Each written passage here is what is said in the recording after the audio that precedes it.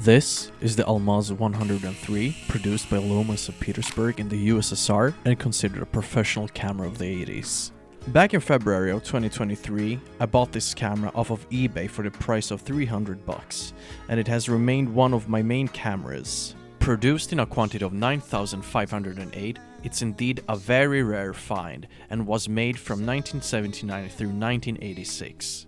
This camera is loosely based off of the Nikon F2 and surprisingly uses a Pentax K-mount.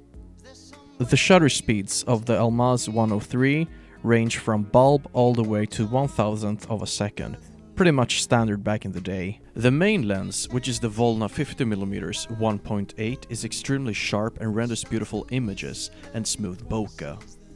The reason why I bought this camera is the ability to remove the prism and shoot the camera as a waist level finder camera. This camera feels quite well put together and is a bit on the heavier side. The pros of the camera is that it's ergonomically fit, it has a multiple exposure lever, you can actually shoot an infinite amount of multiple exposures, an insanely sharp and fast prime lens, and a removable prism, which is the main attraction of the Almaz.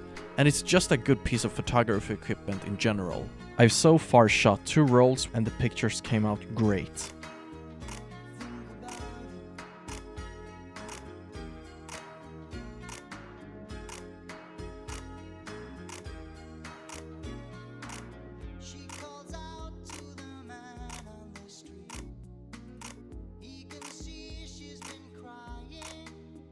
And now, the cons of the camera. A con with the Almaz, but also all other Soviet cameras, is that you need to cock the shutter before changing the shutter speeds and setting the self-timer. If you don't, then it's guaranteed to break. I've heard that these cameras tend to break after a number of rolls, and mine still works perfectly. Fingers crossed.